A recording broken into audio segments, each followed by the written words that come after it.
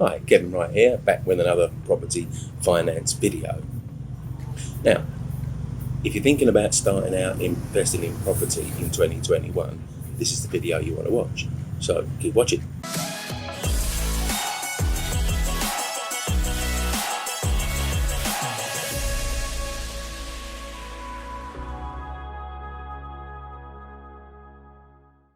So you've been thinking about investing in property, haven't quite got round to it yet. Maybe you've been thinking for quite some time, because sometimes this takes years in the making before you think, this year is the year that I'm going to do it. I'm going to make my first step. So what sort of things do you need to know to get started in property? One of the first things to decide is, do you want to keep and hold property, or do you just want to buy it, do something to it to add value, and then sell it on again? So do you fancy being a landlord? And if you fancy being a landlord, what type of landlord do you fancy being? It could be a landlord that just rents out property to a single tenant or a family, on a single AST. Now that could be a flat or it could be a house. If it's a flat, then you'd need to consider that you've got expenditure that you wouldn't have if you bought a house. You've got ground rent to pay. Now it's not going to be an awful lot of money a year, but it's still a cost. More costly is going to be maintenance. The people that own blocks of flats charge maintenance on a monthly basis to take care of the communal areas and the upkeep of that, plus any additional expenditure on the block from time to time. Now, when you're buying freehold houses, none of that applies. So that's a consideration. Do you want to buy flats or do you want to buy houses? Now, regardless of which of those you feel more comfortable with, what type of landlord do you want to be? As I said just now, do you want to let out your property to a single tenant or a single family? That's probably the easiest thing to do. That will give you the less hassle in most cases, but probably a lower return as well. So less hassle, less return. Now, you could decide you want to rent it out to multiple tenants, and if so, how many? So by multiple tenants, I mean that you create a separate AST for each tenant in your property, house or flat. Now, you might want to start off quite small, and maybe 3 or even 4 tenants would be enough to start you off. But you could go bigger, maybe not straight away, but you could progress up to that, 5, 6, 7 or even more. It gets a bit more difficult when you go above 6, because a property needs to have specific planning permission to be able to rent it out to more than 6 tenants. So rent it out on a single basis, rent it out on a multi-basis. You could decide you want to rent it out on a short-term basis. What does that mean? Well, I think the whole world and his brother have heard of Airbnb or Booking.com, sites like this. So this is where property owners, instead of having a long-term tenant in there for years possibly, have short-term tenants.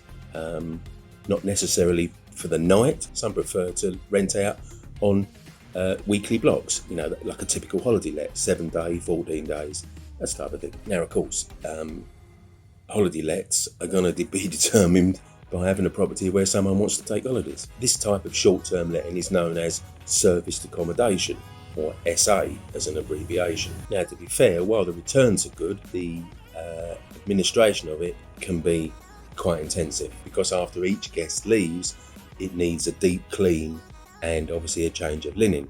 Now, you can either do that yourself or you can contract that out, but of course that's a cost.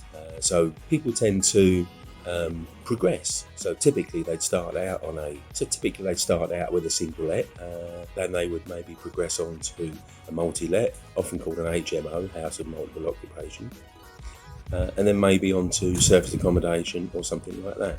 People tend to progress and do bigger deals, and they even sometimes progress onto commercial properties and renting out commercial properties. Commercial properties have got a whole different ball game there, really.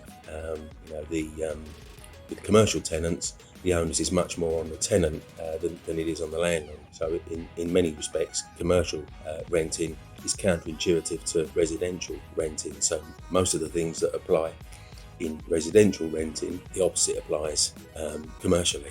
So, for example, you don't have 6 or 12-month ASTs, you have commercial leases, which can be anything up to 25 years. And significantly, the tenant is responsible for the upkeep of the property in a commercial property.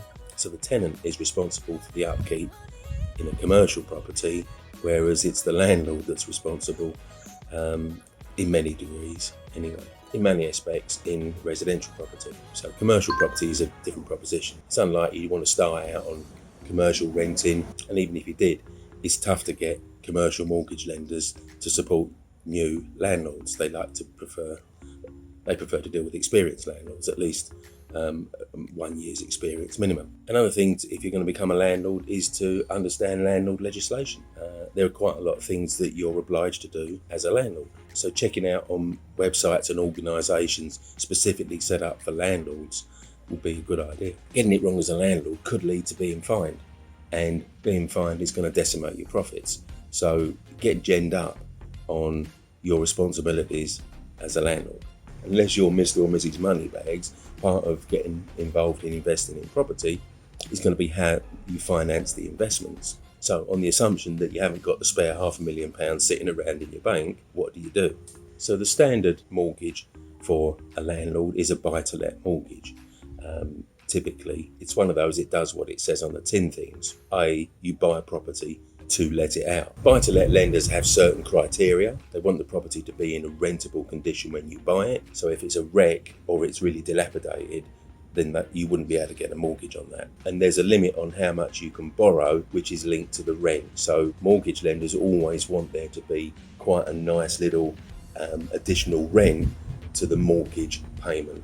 So they like that cushion, if you like. Now, depending on what part of the country you live in, if it's more affluent and prices are higher, you could find it difficult to get a 75% mortgage simply because the rent that you can possibly get for that property, certainly on a single AST basis, is just not big enough to warrant a 75% mortgage. It's very much the case, certainly in London and the surrounding areas, but it could be the case in other cities in the UK as well. Buy-to-let lenders also want you to tick a few boxes. They'll generally want you to have clean credit or very clean credit.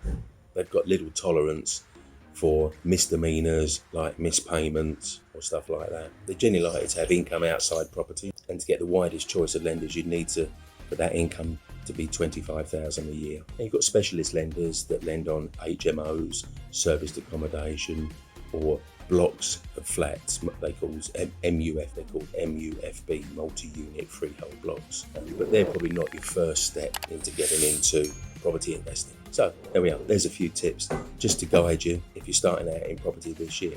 And if you are, I wish you every success. I'll be back next week with another tip. See you then. Thanks for watching this video, and if you enjoyed it, come spend some more time with me. Come check out my property finance masterclass. Click the link here, go check it out.